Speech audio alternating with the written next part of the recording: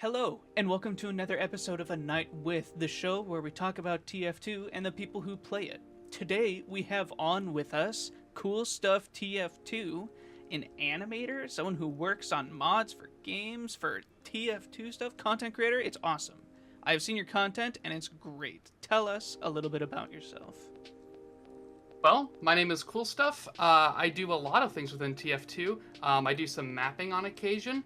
I also work on a competitive game mode. I have done a lot of stuff within the competitive community.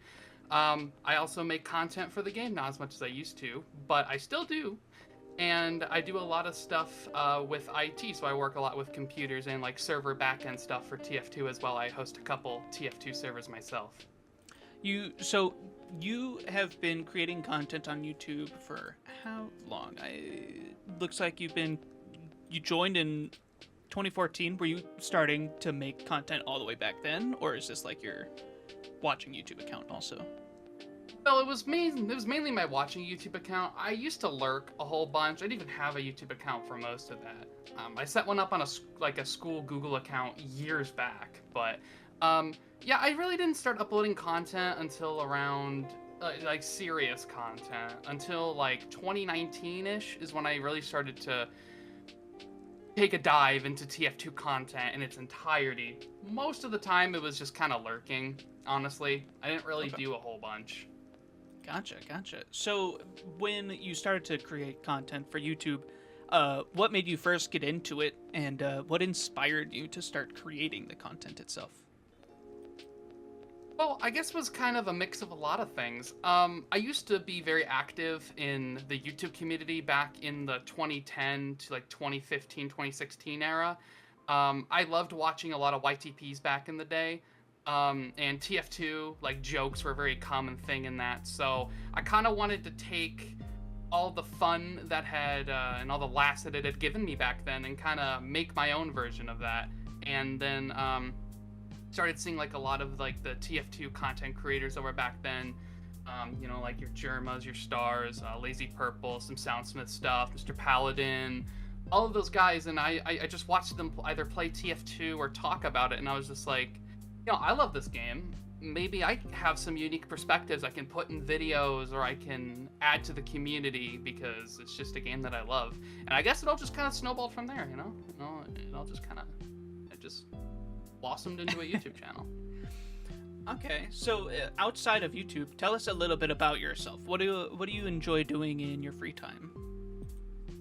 Well, as it's gonna make me sound really nerdy, but in my meantime, and in my own spare time, I like to do a lot of stuff with computers. I'm actually wearing a shirt that's Arch Linux. So you can probably guess what I do in my spare time.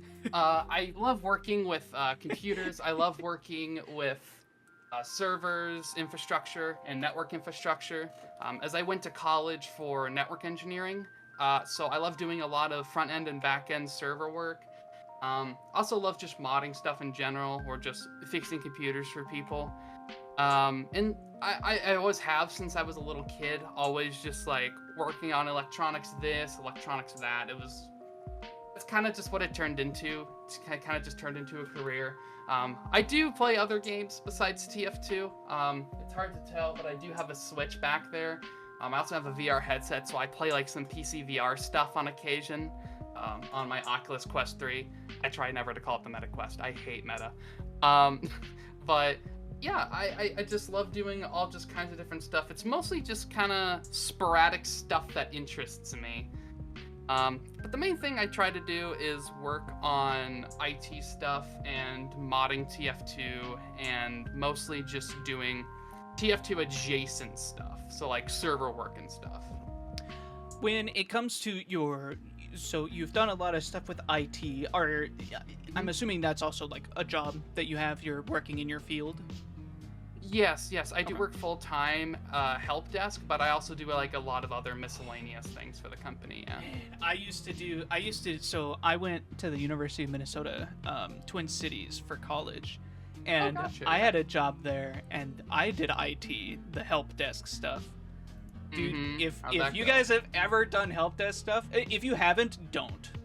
Although it is kind of a good skill to get, to be able to deal with like old people and be like, Oh, Hey okay. man, if you can guide someone how to check their email on their iPhone or do anything with Active Directory, fine.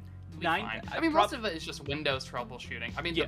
the most thing I ever do is like, the most things that I ever do are just like either hit someone 365 on their phone or troubleshoot printers or reinstall a printer. That's like most of my job. There you go. I think that maybe 90% of my job was resetting people's passwords. Because I don't know why they had the rule, but like you weren't allowed to reset your own password after 2 tries or whatever, so they'd have to call us, then we'd be like, all right, here's the little code, go do it. And that would be probably 7 out of 8 hours of work every day. It was ridiculous. Yeah, most of the things that people do in IT infrastructure, is mostly just inside of Active Directory, just because everybody uses Windows. Everything has just like Active Directory and like domains and domain controllers just have their tentacles into every little thing in the business. So everything is just nice and managed within Active Directory. Yeah. Super fun. The most fun job ever. Trust me. Oh yeah, you're gonna get a lot of bitches with it. You can go there and just like, hey baby, yeah, I work with Active Directory all day. Yeah, right.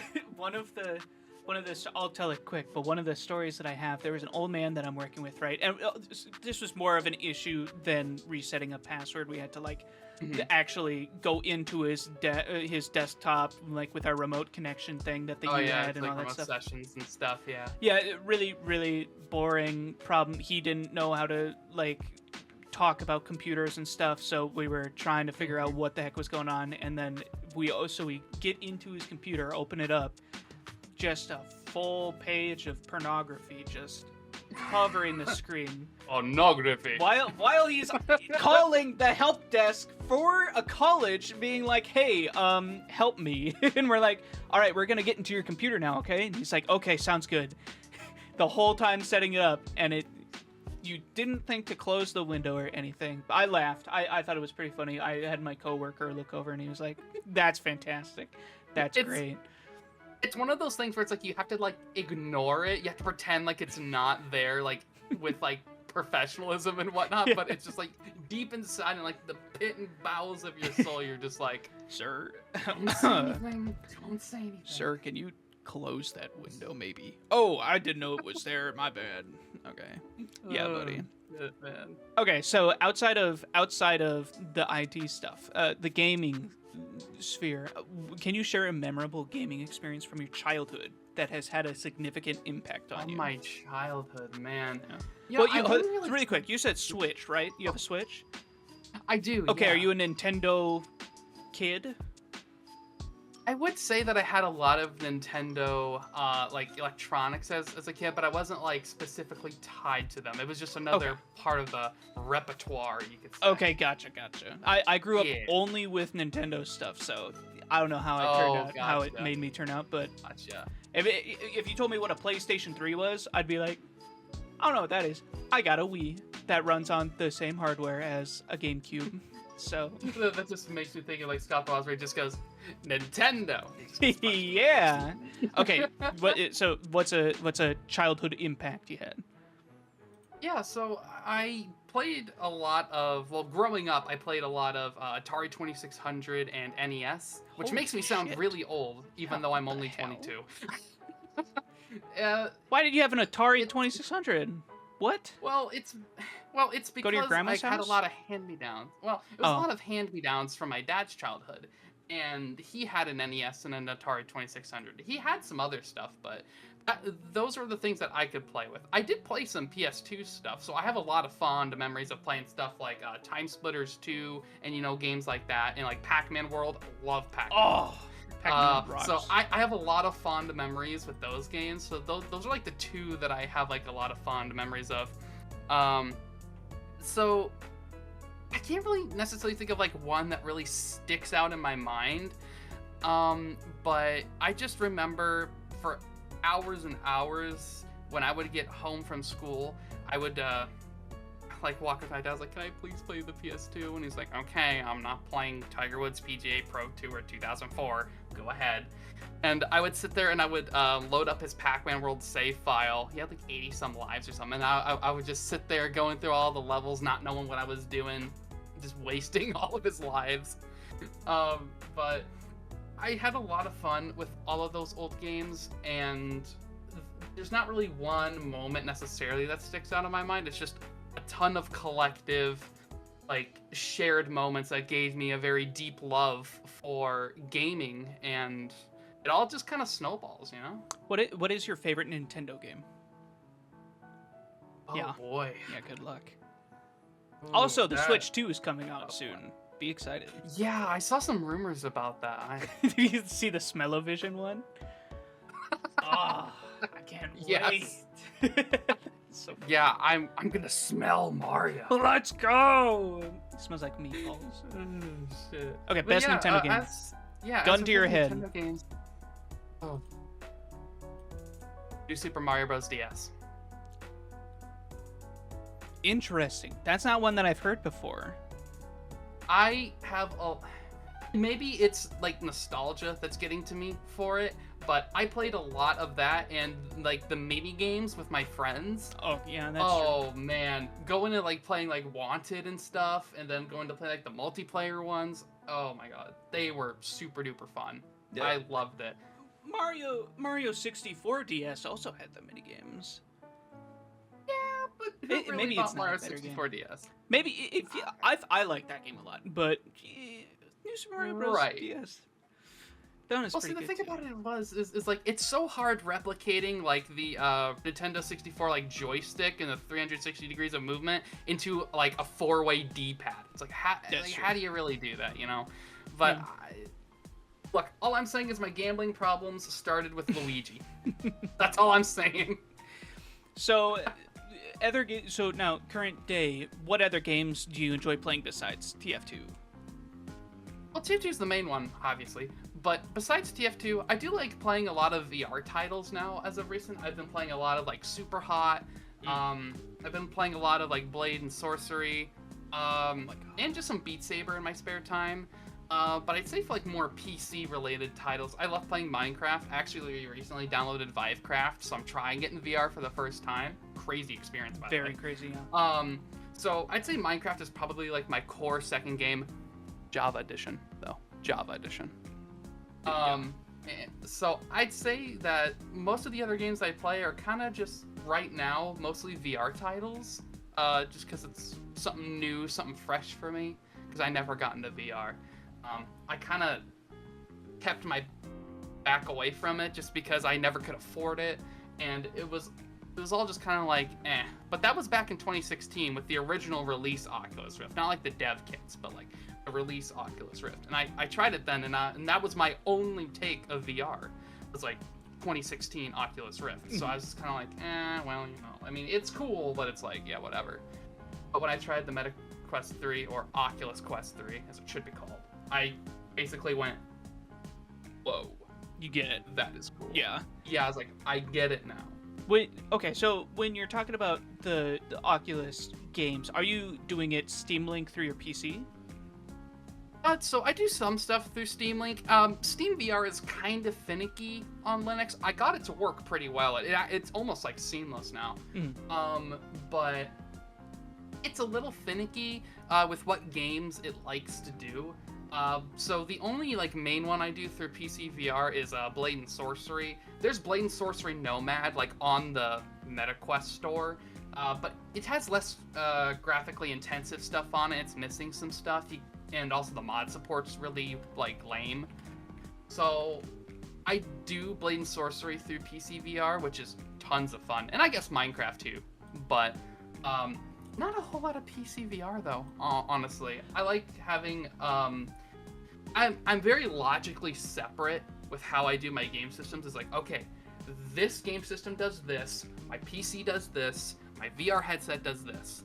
And when I start to like dabble in between them, it's like, then if I wanted to go and play that thing in its entirety separately, then my VR headset would be kind of useless to me, because I like having standalone stuff. So maybe that's just a flaw with myself, but you know. Do you have a MetaQuest 3 512 gigabyte? Yes, I do. I have the MetaQuest 3, yeah, the 4K 512 gig one. Yeah. That's not a bad price for that kind of thing. Damn. The only downside is that you have to have a Meta product, which yeah, which I'm not happy about. Again, as someone who wears a shirt that's Linux, you could probably guess I'm not a fan of corporate and you know, tech overreach. I'm not a fan of any of that stuff. I guess you could classify me as a more libertarian in that aspect. But yeah, I have very strong opinions about computing and data like telemetry and stuff like that, you know, where they're like, oh, we're gonna take that, sell that to advertisers, and oh, we're gonna take that information about you, keep that for ourselves, you know, crap like that. I too strongly opinionated, not for this discussion. The Valve Index is the one that I've been looking into getting. That's such a steep. Oh. It's still $1,000. Yeah, it's still $1,000. I mean, it is a crazy good product, but the thing about it is like with like all like that stuff and like some of the HTC Vive stuff, it's like you have base stations and stuff like on like the walls of your room and stuff, where it's like the Oculus Quest 3 it's just the headset. It's standalone. It has cameras on it. It tracks your hands and stuff. So it's like all of it is here, not like some on the wall here, base station stuff back there, which is awesome. Don't get me wrong. I love full body tracking and all that stuff. Like that is insane. But it's like having one that's like, boom, right here. That's it. Is it comfortable? Can you wear it for a while? I can. Actually, let me grab it real quick. Yeah. Because the thing with the MetaQuest is the stock strap is kind of hot doo-doo garbage. So I have the Quest here, but this is like the strap that comes with it. It is not comfortable at all. The only time I ever use this is if I'm laying down, because then I can just look straight up and there's nothing on the back of my head. I'm very particular about things when I lay down, like stuff on my ears or on my head. Hate it. So I actually bought myself a third-party strap here that has like a battery pack on the back. That must counterweight it a little bit, right? Yeah, that's the main thing with this, because then this like sits on the top of your head, this sits on the back of your head. It's like really nicely cushioned too. Like how much was the whole thing altogether? Well, the headset I got on a deal during Christmas time, so this was about $500, I believe, when I bought it. Yeah, it was $500 for this. The headset with the battery, or like the head strap, I should say, with the battery was like, I think it was $50, I think. Okay. So not a terrible price for what it is, because this extends your battery life from like 2 hours, I think is the maximum battery life for the Quest 3, like 2 or 2.1 or whatever. With this, I think it extends it to like 4 or 5 hours. So I honestly think it's worth it. Then I also did get a custom faceplate for it. I guess I can kind of move it up a little bit so you can see it. It's like I got like a custom like thing to go around it, and it also has a little, kind of hard to see in the light, but you can kind of see it. To it block goes the where light your from nose coming is. In, That was like a big thing that really irked me about it, because I could always see the light coming in, and I was just like, it breaks immersion. Yeah. So I made sure that I got that, but I absolutely love this thing. This is a lot of fun. That's cool. I might have to get in touch with you about that kind of thing, because I have do I have it here? It's somewhere, but I have an Oculus Quest 2, I think, that I my friend's got one of those. It was really fun too. It's awesome, but there's no reason to use it unless you're using Steam Link, and then it's such a headache trying to get that stuff to work. I should probably just save up for a Valve Index, but you still can't even get it, so I don't know how. Hopefully, look, okay, Steam has been making some pretty badass hardware lately with the Stream Deck, so maybe the Steam Deck's awesome. Lucky. And by the way, runs on Arch Linux. It does. Did you see that? Did you see the rumor that Steam was planning their own OS, their own operating system?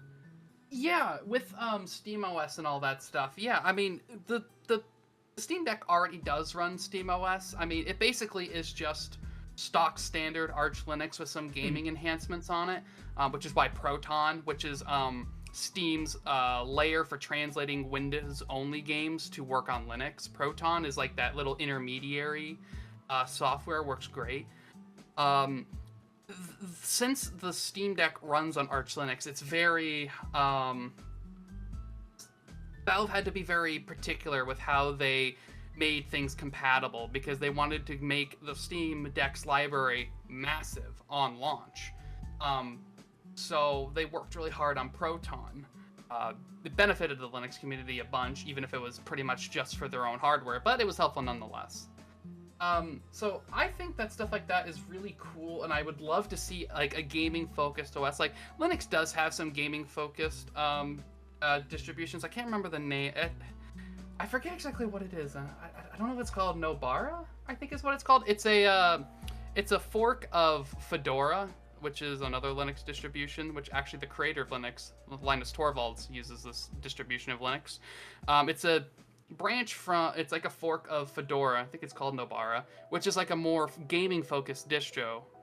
Distribution for Linux. So there's like a ton of different things that you can do with it. So I think that's like Valve creating like a gaming focus, like a gaming first Linux distribution that's kind of like a punchy way of saying like, hey, you like playing Steam games, I like playing Steam games, you don't like Windows, we're not a fan of Windows, try this. Would be I think that could honestly win over a lot of gamers that are disgruntled with Microsoft.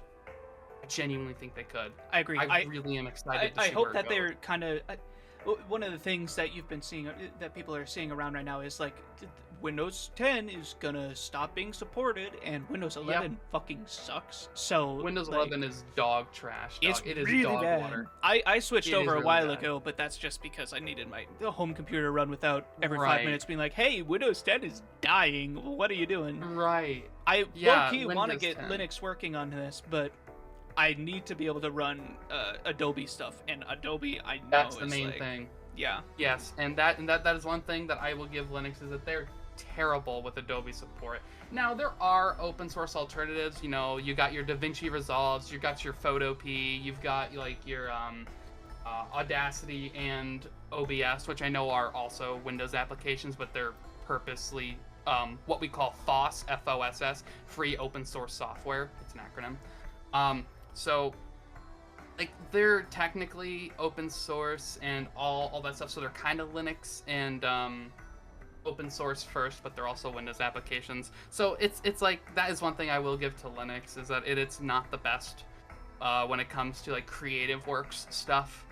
But yeah, with Windows going EOL or end of life, Windows 10 specifically, in October of this year, because wow, it's 2025.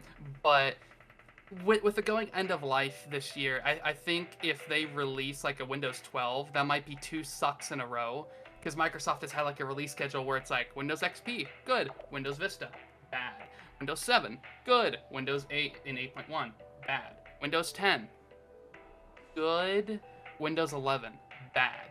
So if they make another bad, like a Windows 12, that could be bad. That's really gonna suck. Yeah, you know, fingers crossed that, because man, if Steam gets something out that's like really good and Windows is all of a sudden like, oh, we do games, come visit the Microsoft store, and it's like, oh, okay, Yeah, the you're Microsoft donezo. store. Fingers crossed. I promise. I promise. Last Linux tangent. The Windows Store is just the Linux package managers done way worse. That's why they created the Windows Store, is because they saw how good Linux package managers were, where it's just type in what you want and it gives it to you. Where in Windows, if you want to download something, you have to like go to Google, OBS download, and you have to keep like scrolling through different websites to find it.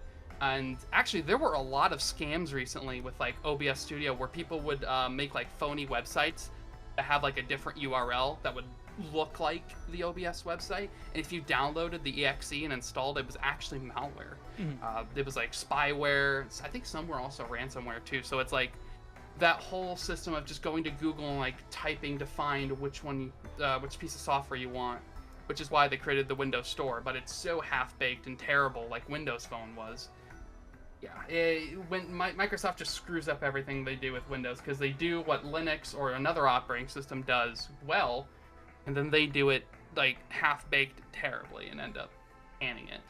It's got to be the only reason that Windows is holding on is because old people really like to sit there and be like, oh, but I get it. Even more so with Apple. That's, dude, I know. So as a Linux user, I'm sure you're just like Apple. That's not even a computer. That's a MP3 player with on steroids or whatever. And I Mhm. can't stand Windows either. So one of these days I'll switch to Linux, but soon. Yeah. Maybe I'll just have a Windows laptop that's like okay, Premiere on there. Okay, Hey let's. man, Yep. quick word of the wise. Tell me. Dual boot. Run Windows and Linux together. See if you like it. That's That might what I be would kind do. of cool. That might be neat. Let's cover a little bit of TF2 specifically, as this is a TF2 podcast, but it is also That is correct. it is a podcast about you. So what initially attracted you to Team Fortress 2 as a game to create videos on, and is there something unique about TF2 that keeps you engaged as a content creator? Yeah, so I guess I should kind of start off just at the very beginning where this all began with my interest budding in TF2. So like I said previously, with like being on the internet and stuff from a very young age, and just having unfettered access to YouTube and all this stuff, I was very gravitated towards YTPs back in the day. And with all the old YTP stuff, when TF2 came out and all like the shorts came out and stuff, like Meet the Spy, like the Your Mother and pornography, those were all over like YTPs back in the day.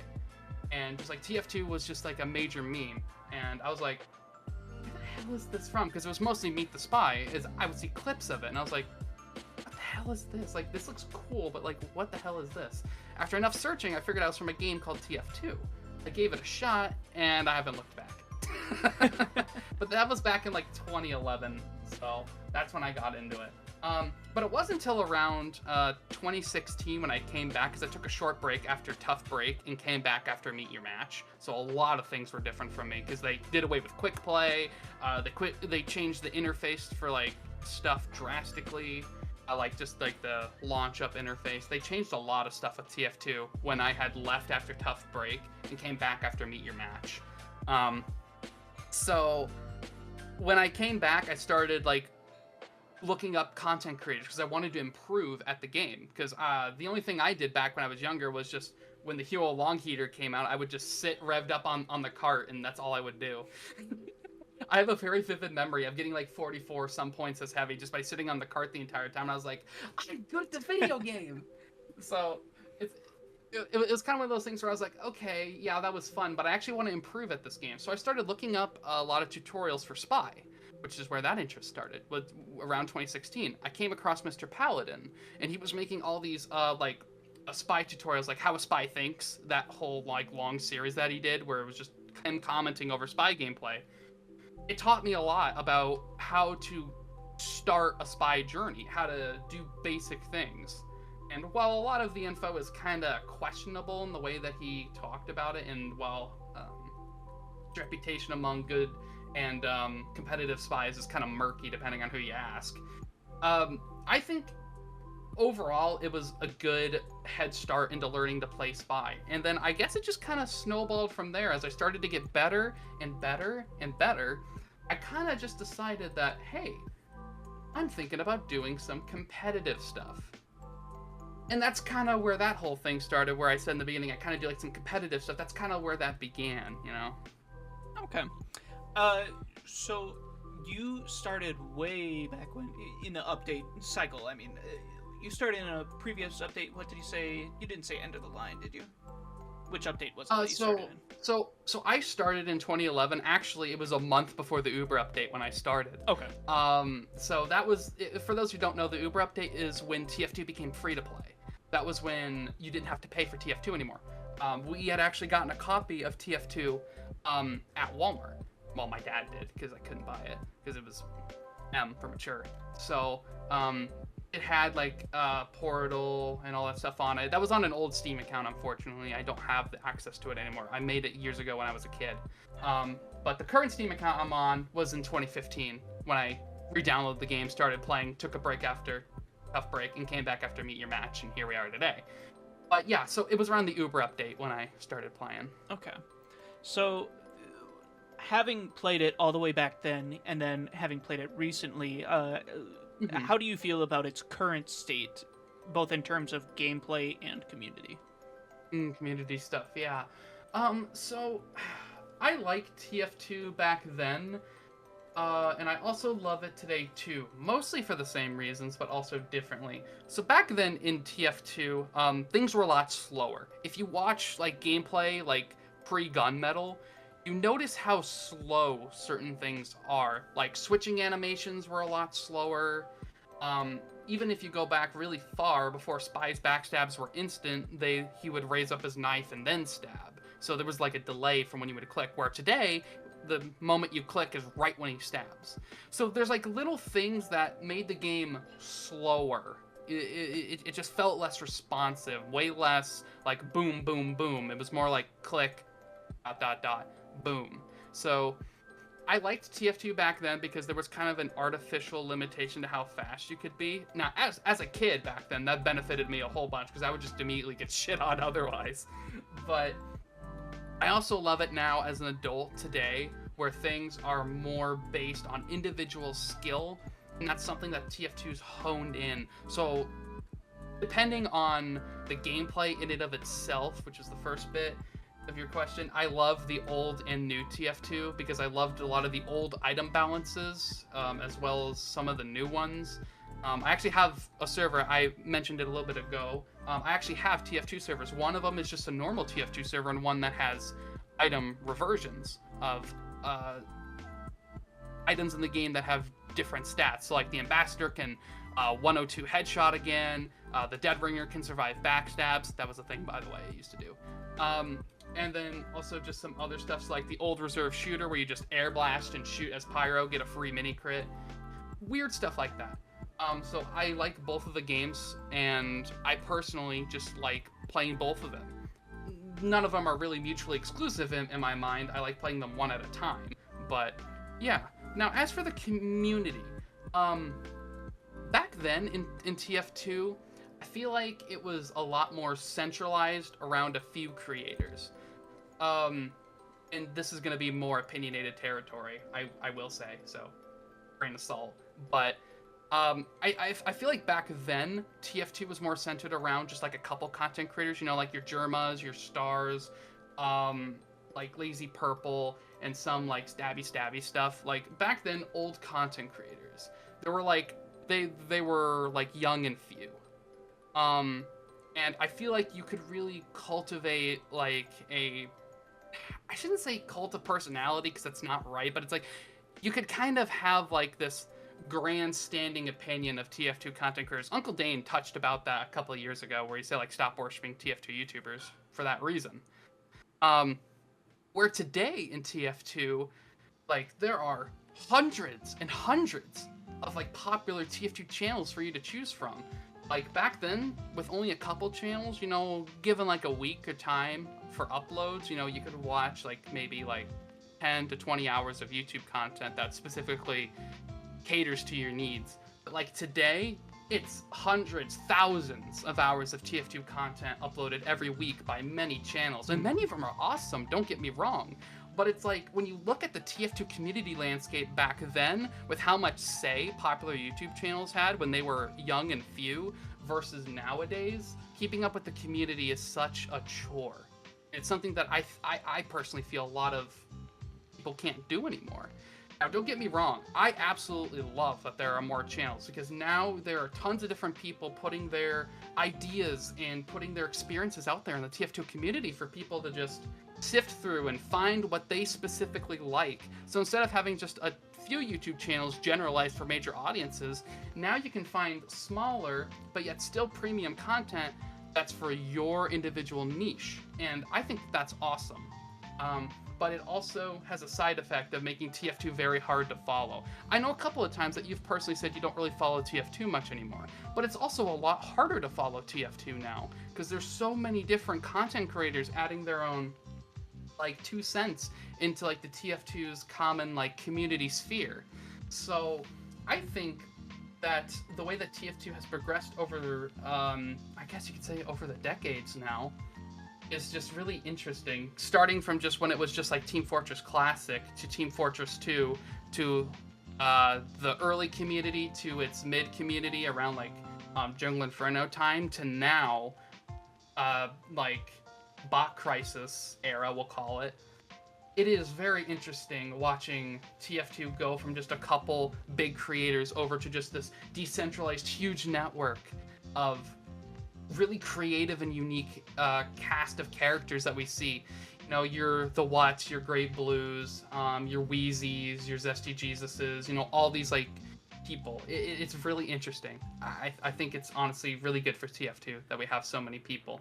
I think that what you're saying is a good point when it's like I stopped following TF2 basically. So I stream a lot of Overwatch now, and I do still love TF2, and TF2 is always going to be like literally tattooed onto me, like it's a part of me.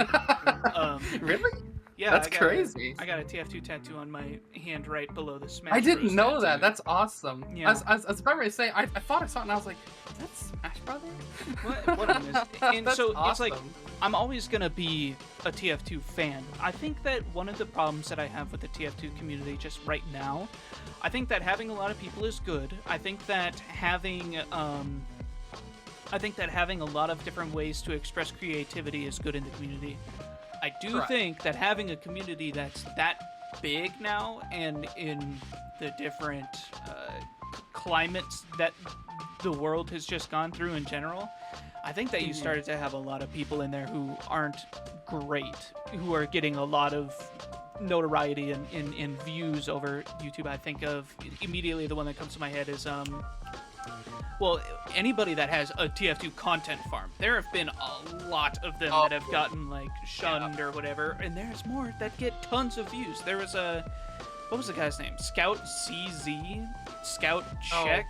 I don't know if I think I know who you're talking about. I know who you're talking about. He made a channel that was all like TF2 mod showcase stuff.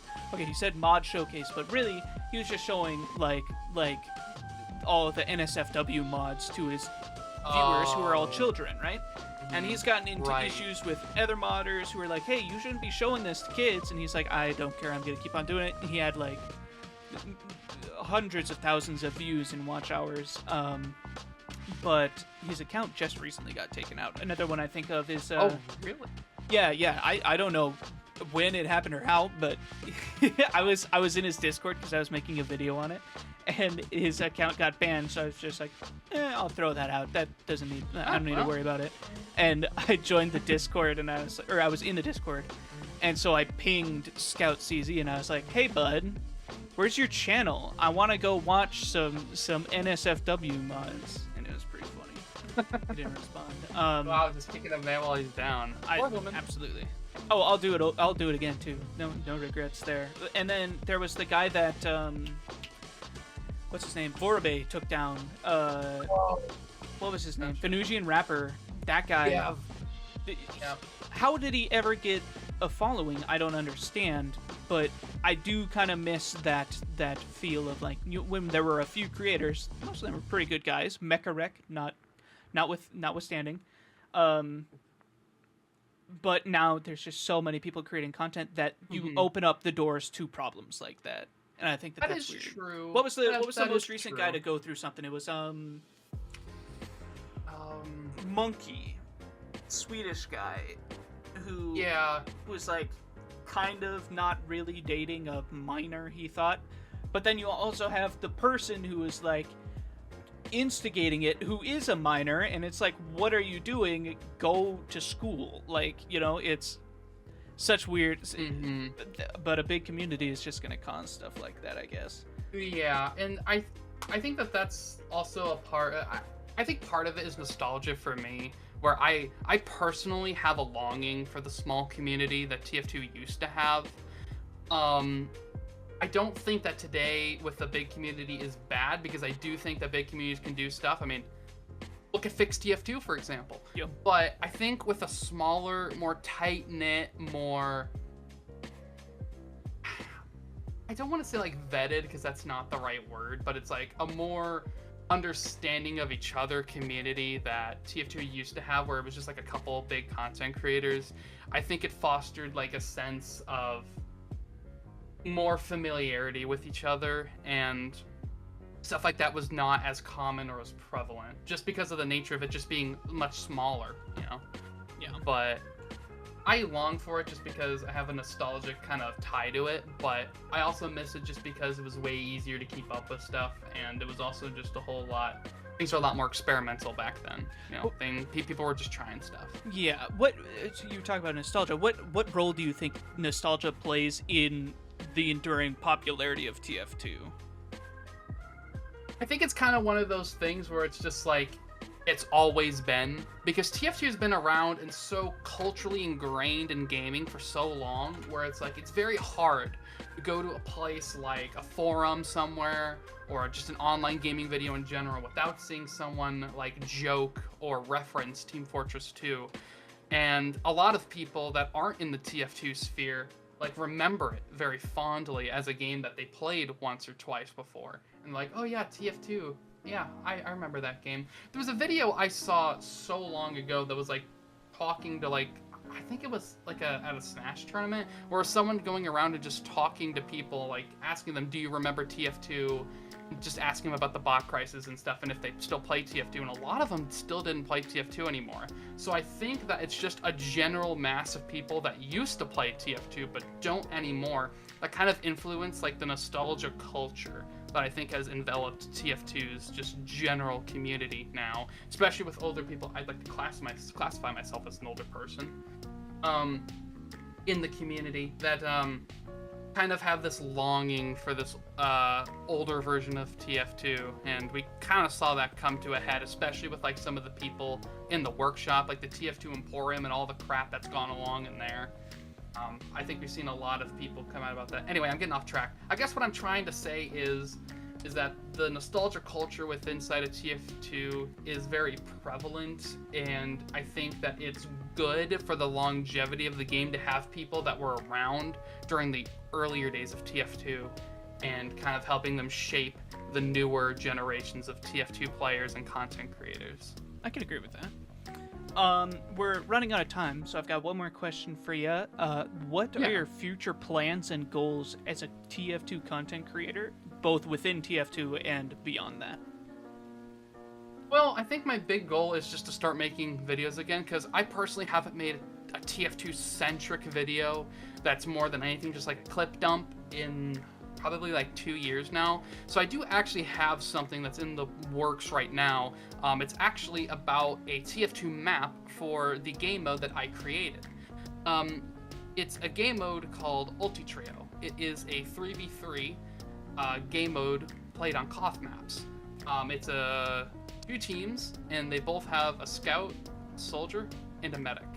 And they play on smaller KOF maps. It's a lot like Ulti Duo, which is one soldier and one medic on each team, which is a 2v2. But I created that years ago, and I still develop it to this day. So that's one of my future goals, is to continue making it more of a competitive game mode rather than just kind of like an off-season, which means where people are not playing competitive in a major fashion. That's what off-season is. So it's like where people are just kind of screwing around, having fun, but also make it something that people like long to play and enjoy.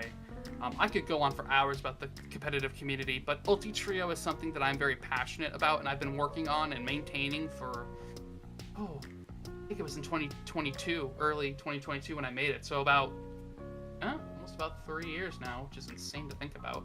But, so yeah, that's one thing that I want to keep going forth with, and that video ties into the Ulti-Trio community because it's a video on one of the maps that Ulti-Trio's community, including myself, have worked on, and it's kind of like the melting pot map.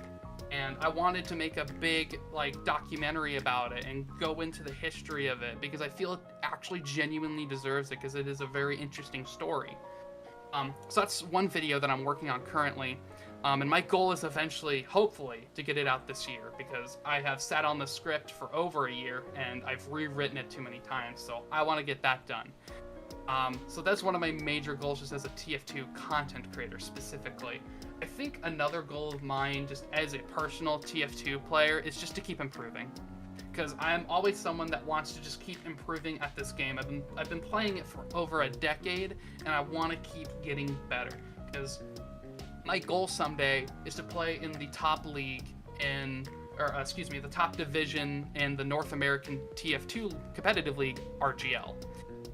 The top division is Invite. This is where the people that you've probably seen on Twitch play, people like Banny, that run a team called Freyotech. Most TF2 community members have heard of that. That is considered the best 6v6 competitive team in TF2. So you have people like Banny, Habib, Sandblast, and all these people that play in this top league and basically get paid to play the game. It's not much, but they do, from the league to play. And I want to be there someday because I want to be able to be good enough that I can play with them. Now, I personally do not play 6v6. I play a different format called Highlander, which I think most people have heard of. It's a game mode where it's a 9v9, where one of each class is on each team. So you have two teams playing on either Payload or King of the Hill, and you have one of each class on each team. That's the game mode that I play primarily is Highlander. So I'd love to go Invite and be part of that top division someday. That's one of my personal goals, just in TF2 in general, to kind of keep going towards and keep working towards. I think those are good goals. I think that's a great way to go. Okay, well, that's all the time that we have. I need to get going on the next project here. Do you want to plug your socials really quick? What do you got? Yeah, so I do have a Twitter. You can actually see it up at the top of the screen, just right up there. I don't usually use it a whole bunch because I have two Twitter accounts, one that's just for TF2 and one that's more IRL, where I have like opinions that I have, IRL happenings and events and stuff. So if you want more TF2 content, I'd follow this one. I do have my YouTube by the same name, Cool Stuff. I would recommend look up CoolStuffTF2 personally because there's a lot of people named Cool Stuff. I know, surprising. I do Twitch as well under the exact same name, CoolStuffTF2. I don't stream as much as I should, but I want to get back into it at some point. Yeah, that's about it for plugs. Yeah. There you go. All right, well, thank you guys very much for joining us with another episode of A Night With, and we will see you on the next one.